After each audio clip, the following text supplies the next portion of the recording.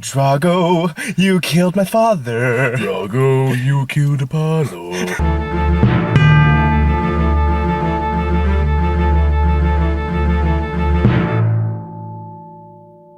All right, hi guys. Can we open a window? Yeah, sure. Yeah.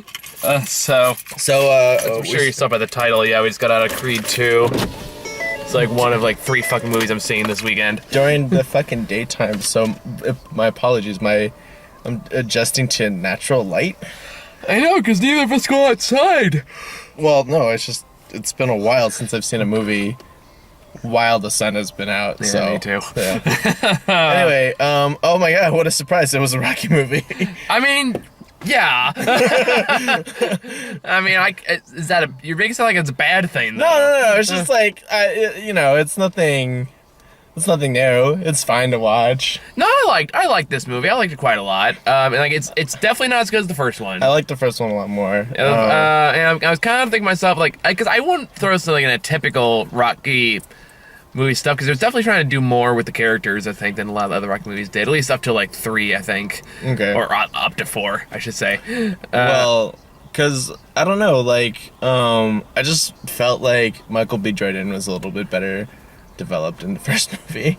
This one, I think, well, because first off, it was a different director who did this one for the first one. It's more like all the pieces were there, and all the there were solid ideas, but they just didn't come together quite as neatly as the first one did. I felt like this one was too reliant on you, like, feeling like the tension between the Draggos and the Creeds, right? And and it's just sort of like, I thought we got over this during the first movie. Yeah, I know. I think this movie kind of runs into the same problem the first one kind of did, except the first one very carefully avoided this problem as much as it possibly could, is the fact that in order to really get in this movie, you have to acknowledge that Rocky IV exists. and Rocky IV is a lot of fun, to be fair, but it is the silliest of the Rocky movies. So I was like, man, I know I'm supposed to take this really seriously, but let's be clear. In Rocky IV, Rocky ended the Soviet Union in the Cold War. So, is that just part of history? Is that in the history books? So like, there was a Cold War tension between America. That's why he has the statue. That's why he has the statue in Philadelphia. In honor of the man who ended the Cold War. Yeah. There was rousing speech of change. If I can change, then you can change. We can all change. With that inspiring speech, Rocky ended the Cold War. Like, that fucking happened in Rocky IV. Well, no, but that's what I'm saying. It's just like, it's just so reliant on like the audience being invested in the Creed Drago thing. Yeah, and it's just sort of like, it didn't really work that much. I mean, I still liked kind of what they did with the Drago's character at the end of the movie. And I thought I forget the actor's name. The guy actually plays the angriest white man. No, not that one. His dad, who was in Rocky IV. The other angry white man. Yeah. No, I think he did a really good job. Considering he hasn't played this part in like 30 odd years. I could definitely feel that actor's like resentment. That was fine. I also just like was just sort of like Victor, was just sort of like brainwashed. Which again, you kind of argue is like you can argue is intentional. I guess I just don't care about Victor's story. It's just like, oh no, people like me now? What do effect? I mean, like, oh no, mama left me again. No reason to fight. I kind of like that last scene though. I felt like, oh, just not like a whole lot. Like, oh, his character's so deep or anything than that. But I was like, if a guy who pretty much has one motivation, I'm mad that mom left and I want to fucking kill this Creed guy. The fact that his mom left again is like, okay, all right, I'll give you a little bit of a point for that one. It was an effective little scene. It was an effective scene. I guess. I mean, in my opinion. If anything, he lost because mom left. So thanks again, mom.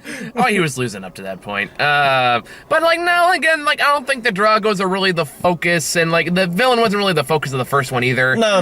This one definitely tries to build up the villain a bit more. Successfully, like they do put him up as a pretty big threat. My perspective is just sort of like what Rocky was sort of saying the first time like Drago showed up in his clearly failing restaurant. Yeah. It's just like Well, it was why closing time. are we digging up shit from 30 years ago? Because this is Rocky, damn it. And that's all we have left. It's okay because we've now have met Rocky's grandson, so now we'll get Logan Balboa. I was just gonna say, nah, dude, we're gonna get fucking Mr. T back for the next one. He's gonna make a comeback for Creed 3. Nah, dude, it's gotta be like his son.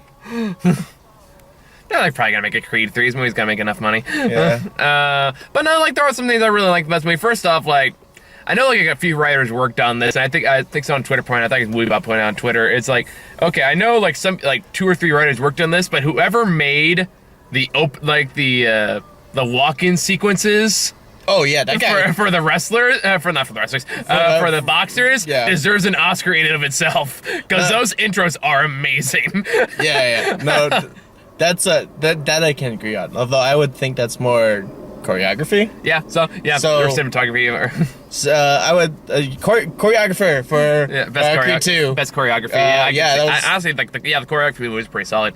But no, like Michael B. Jordan's character is still pretty good. I mean, like the problem with this movie is again it has a lot of interesting ideas, and a lot of it I'm down for. Again, it didn't come together as neatly as Creed 1 did. Because the first Creed had a very carefully balancing act and it pulled it off pretty effortlessly. This one is trying to do the same thing, but it's not working as well. And I think it's because the narrative themes don't really come together in the same way they did in the first movie. Because they have this weird thing where it's like, oh, we have to do with the sins of the past, and it's just like, but we keep saying that no one has anything to really do with anything.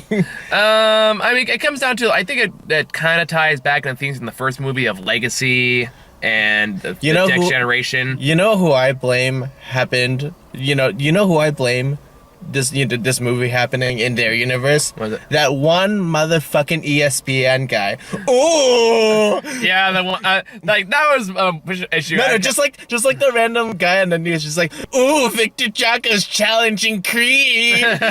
Like, let's hype this up and make it a bigger deal than it really is.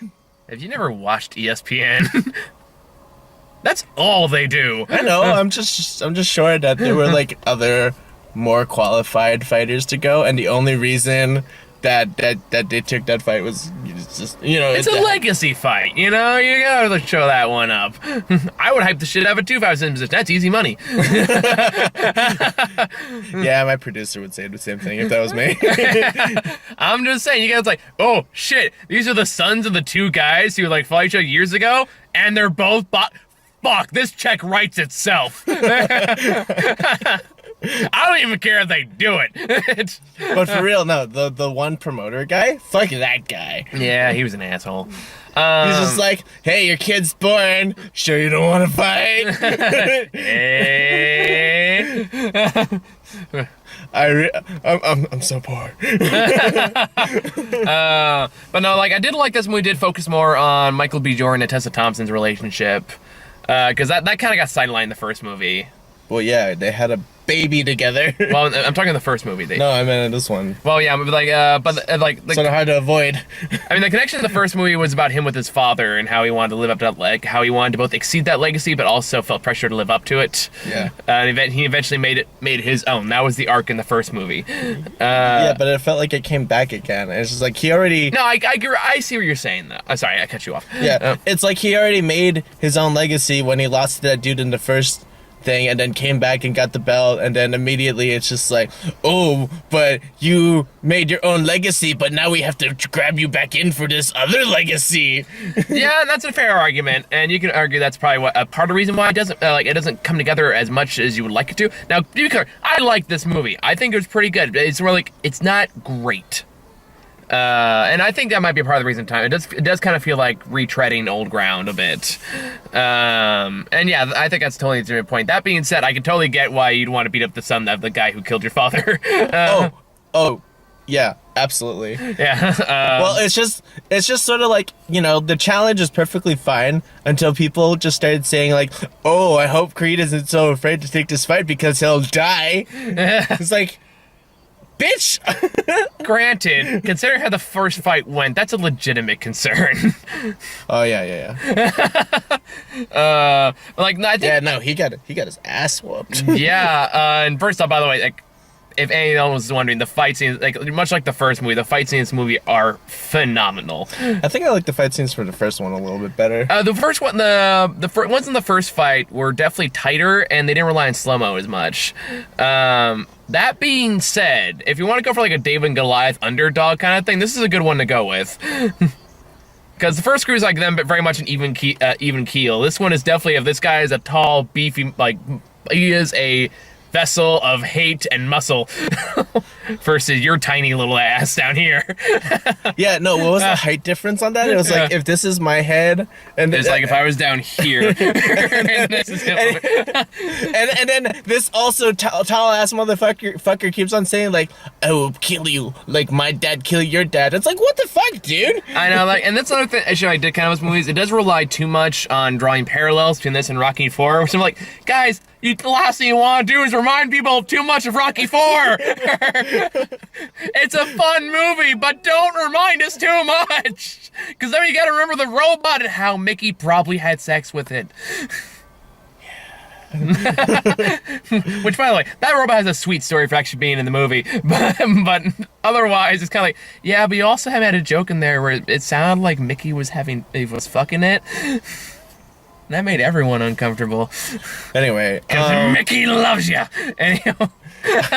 As far as this movie goes, I would say it's comparable, like rating wise for me. I'd give it a solid B. Yeah. But I would just say that overall, I like the first one a little bit better. No, the first one's a lot better than this, I think. I think it's more completely directed. It's more tightly paced. It has a stronger narrative theme. And it definitely knew when to give those sad moments and when to give those those hooray moments. Yeah. like our audience when he knocked down Victor the first time. Our audience went pretty nuts. Butts, yeah. Like went nuts for like the fight scenes for me. And I don't blame, like I said, even though they're not as good as the first movie, they're still really damn good fight scenes. And again, it's the same. It's like it's because you're watching the underdog. Watching the underdog is always a fun experience to have, especially in a boxing movie. It's perfect. Yeah. And those fight scenes are fantastic. They're really well shot. Again, not as good as the first one, not as tightly paced or tightly choreographed, but still a fuck ton of fun. Especially in the finale, the climax movie goes on for like 20 minutes, and it's great. Especially with, like, the bobbing and weaving shit, I thought was really cool to watch. Oh yeah, no, he swapped from outfighting to infighting. That was really crazy. Yeah, that was, and like the train montage is good. Like every hallmark of a traditional Rocky movie is pretty damn good in this. And just the extra stuff they want to do with it doesn't come together as much. Like as much as I like their focus on Michael B. Jordan and Tessa Thompson's relationship, it also feels like those are the parts of the movie that just kind of drag more. And I think it's because, I don't know, there's sort of a nice part where, Tessa Thompson's just like, hey, I need to get out of the house because, I'm a new mom and I need to get out of the house. Immediately, baby just starts crying. Like, not even the door is closed. I'm not saying it's bad or anything like that. I'm not saying it just didn't work as well as much as I wanted it to. And I like that Tessa Thompson also became the motivation that he stands up this time rather than in the first movie. It was about his thinking about Apollo Creed, which shoots his ass up in the first movie. Yeah. This one, it's about he's like, again, I get the theme, I get what it's going for. It just doesn't come together as much as it should. Largely because it's still drawing a lot of parallels between that and Rocky IV. Like what I thought they were going for in this movie was like, oh, I see what they're doing. They're setting up the same situation that Apollo Creed had when he went to the ring in Rocky IV, where he's a bit more confident. He had a wife, he had a child, and he had that stuff to lose. He still went to the ring anyway, and then he died. So I thought they were setting that stakes for him, but then they kept focusing on Michael B. Jordan learning to be a dad on top of also like wanting revenge or whatever. And those themes didn't quite come together as much as I wanted it to. I sort of felt like after he didn't lose the first time around. Oh yeah, because so what happened in the first match is, I guess it's a spoiler in case you didn't figure it out. I mean, it's a Rocky movie. As soon as the first fight happens, you know what's gonna happen. Yeah, he's gonna get his ass whooped. Anyway, so he gets knocked down, and then Victor just punches him while he's down, which disqualifies him. So fine, whatever. Yeah, I forgot my point because the truck is distracting. It's gone now. Okay. Uh, What was I saying? you were talking about the second fight, or the first fight, when he gets his ass kicked. Yeah, I can't remember my point anymore. Oh well, I'll come back to you. Oh well. And also there's during that part where he's training to fight, was it Review-DRAGGO? Yes? I think so. Either way, the Drago, the sequel. Drago 2. Dos Dragos. Which sounds like a delicious beer. Yeah, that or like an old like Donald Duck cartoon. Where he just like it's him with the three amigos. Anyway. But I like there's like a chunk of that time where Sylvester Stallone is not in the movie, and you don't realize how much you miss him in these movies until he's not in it. I remember. I felt that after he lost the first fight and he was just being mopey for like he was just so mopey. That part dragged. It was really mopey, and that was only like 15 minutes of being mopey, but it felt long. No, I agree. That part dragged out. And he's and those are the kind where it's like, okay, you know where this is going. Let's have him kiss and make up already. Well, it's more like, okay, like, accept that you didn't prepare right. You went into the fight for the wrong reasons. Like, you know, those are the kind of realizations that you should get into as your kidney had ruptured. Like, I made a mistake. Oh, this is a bad idea this time around. It's like, what was it? It was like Christopher Titus was talking to comedy sketch. It was like, guys, if I ever take one pistol and I point to you and I fire once and you don't stop, I have made a judgment error. But no, but the acting's still really good, and Sylvester Stallone's still really damn good in this movie, and I love watching Stallone and Jordan work together. I think they have great chemistry together. I like Tessa Thompson; she's really good. I really liked just like how much investment that I got from just Stallone, because even when he's watching the first fight and he's just like, oh come on, you're doing it wrong, you're getting your emotions in there, like come on man, like it's just, and after a while it just turns it off. It's like, oh man, it's like I said, you don't realize how much you miss Stallone in these movies until he's not in it for like a fair chunk of it in the first act. Yeah. And you realize like, damn, I really miss Stallone. It's really missing his chemistry, which is just, it's gonna make me really sad when he dies, and I feel sad saying that out loud. He's like, oh, we got a long time. He's like 70. Is he really? I don't know. Hang on. Sorry, Sylvester Stallone. We had to check your age now. Sylvester Stallone. He is. Oh. Well, I guess I'll just put an age. 72. 46. 1946. So he's 72 years old. Dear, he looks actually pretty good for his age. Yeah.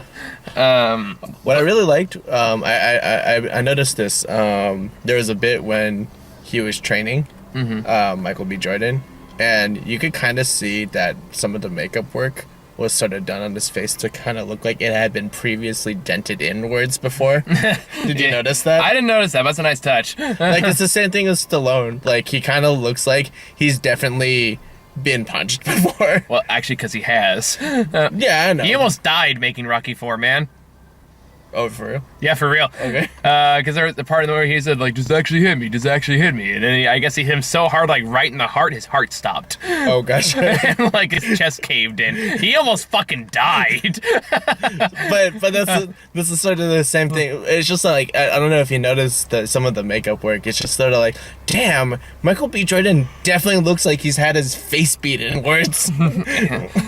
Yeah. Between that and, like, the training montages in this one, too, where they're in the desert now. Yeah. No, because that's where you gotta rebuild yourself with the scariest infighter in the desert. Where, like, his back muscles are bigger than my forehead. You know? And you're just like, oh, damn. Yeah, you look down at yourself and go like, we're not doing this anymore, buddy. This is where we start giving up. Anyway, I mean, I can't think of a whole lot else to talk about. I mean, like the parts. If you want to see a Rocky movie, go see the Rocky movie. Yeah, I'm like if like all the parts that make it a Rocky movie are still really solid. So if that's your thing, then we'll go watch it. It's really good. Yeah. But it just did not quite. It didn't quite go to new ground. Yeah, it didn't quite go beyond like the first Creed did, where it took all the stuff that made a Rocky movie and it elevated it. This one's still very much, it's still good and it's still entertaining to watch. I would have to watch it again. It's still very much, it's like, okay, that's like on like traditional Rocky territory. Maybe Balboa, but I haven't seen that one. Oh, I like Balboa. Is Balboa, would you rank that as around the same age? I would say this is better than both Creed movies are better than Balboa. Okay, all right, yeah. Like, it's amazing how much I know about Rocky movies, because here I haven't seen, like, I've only seen a couple of them. Oh, okay. I've only seen one Balboa and then both Creed movies, so 4 now. I think I've seen, I think I saw the first one when I was young, but I don't really remember it that much. I've seen both Creed movies, and I've seen a good chunk of Rocky 4. And I've seen, my dad used to watch The Last Fight for Rocky 3 a lot, so I've seen that climax over and over again. Is that the one where he loses to Apollo the first? No, that's the first one. Oh, right. Yeah, because he loses the first movie. He wins the second movie against Apollo. Right. The third one's where he fights Mr. T. Right. For some reason. Yeah. He was popular back then. He worked out as an antagonist. But that... dude, he's part of the A-Team. That was Mr. T in his prime. Oh, yeah. Is that guy alive? Yeah, he's still kicking. Okay, good. Yeah. The world has lost much recently. I know, and you listen to Mr. T talk now, that man is fucking wise.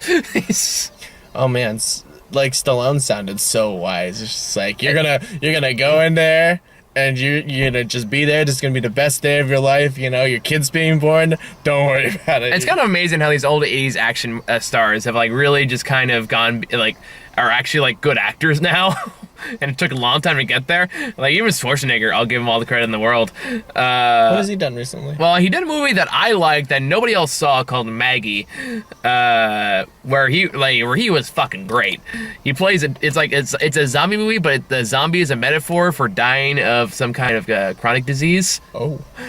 So it doesn't happen immediately. It takes place over like weeks to turn into a zombie.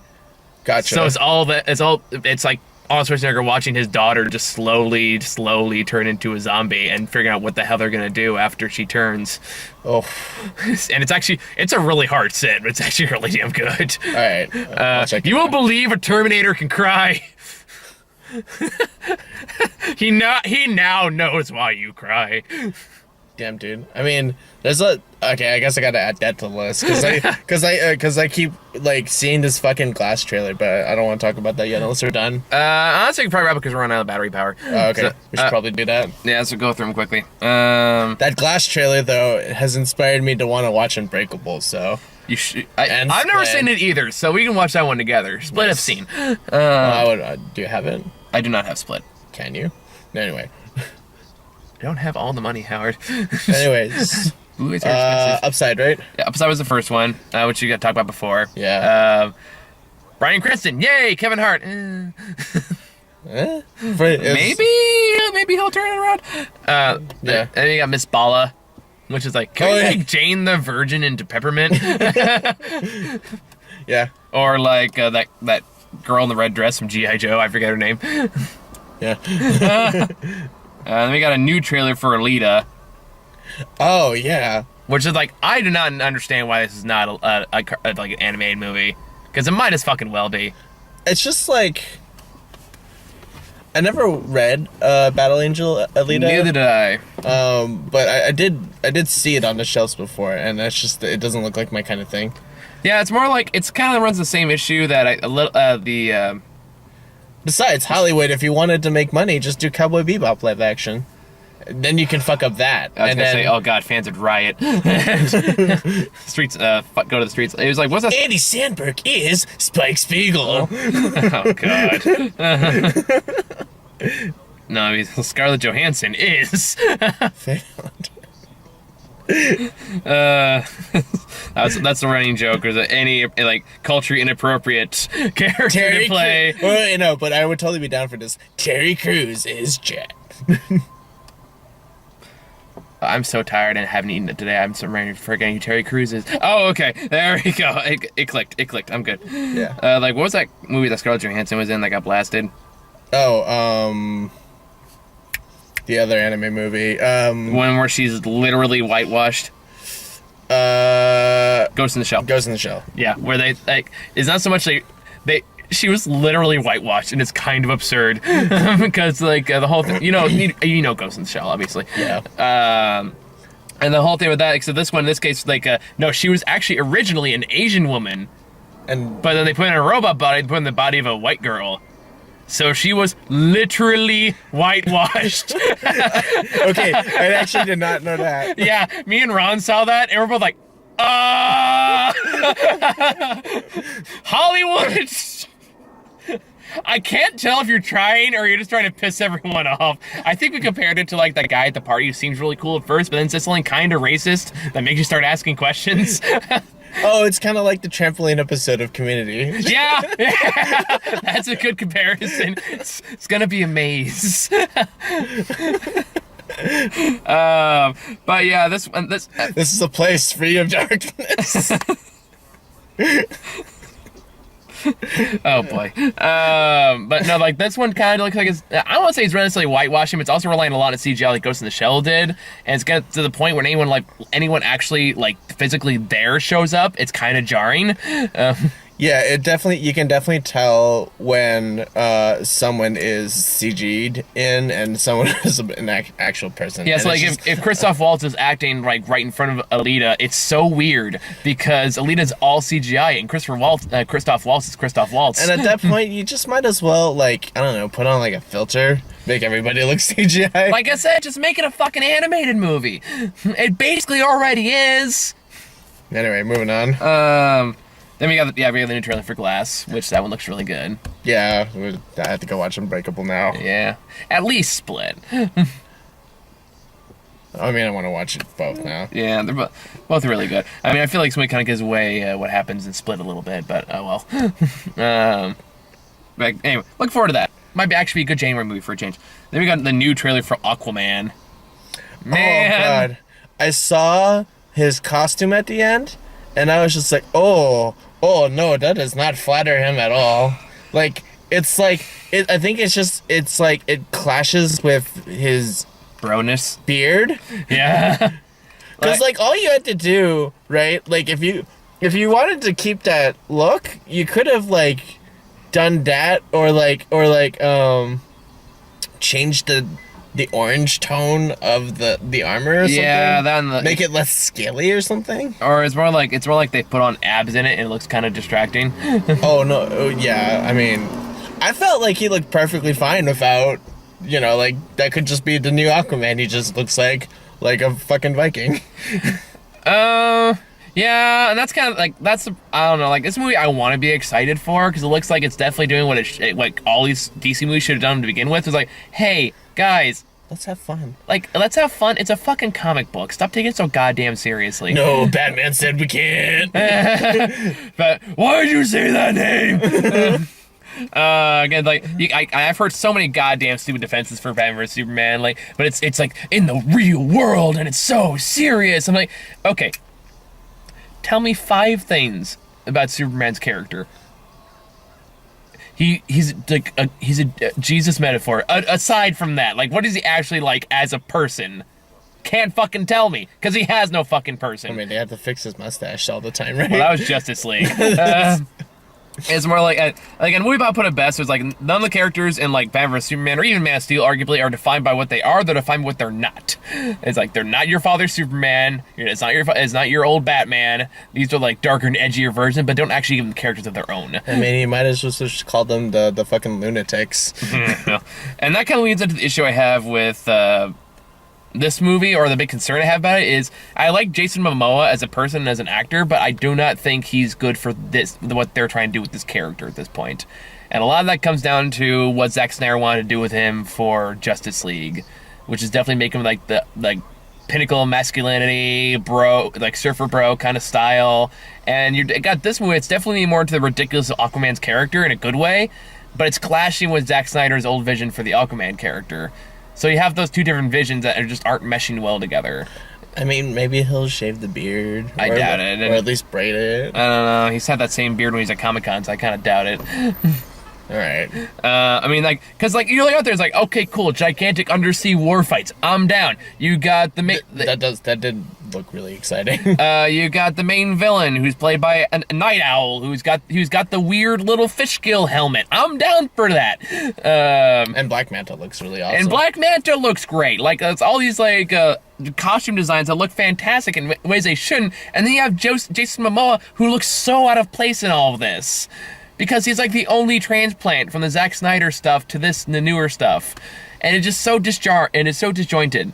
And like, I hope I'm wrong. I want it to be good. We could use a good Aquaman movie just so you can go to all the whiny fanboys and go like, yeah, fuck off. We actually did it. And you know what? Let's have a guest cameo with Gal Gadot. It'll make it instantly better. All right, we gotta wrap this up because we're almost out of battery. All right. And the last trailer we got was for Fighting with My Family, which is the wrestler movie. Oh, that looks like a movie. like it's either gonna be bad fun or just bad. Yeah, I mean, it's one of those movies that's funded by the WWE, so I'm always kind of skeptical. This is another case like, Dwayne, how do you have this much time? It's like the 20th movie I've seen you in this year. He just does shit. And TV shows and whatever else he's doing. Anyway, being the heir of Hawaii or something. Sure. All right, and that was the last one. So I think later today I'm gonna watch Fantastic Beasts 2. I'm gonna talk about it with Sarah tomorrow. And then tomorrow I'm seeing Robin Hood and Muha. So we're gonna watch that. And yeah. So I think that's all I got. So thank you guys for watching. See you later.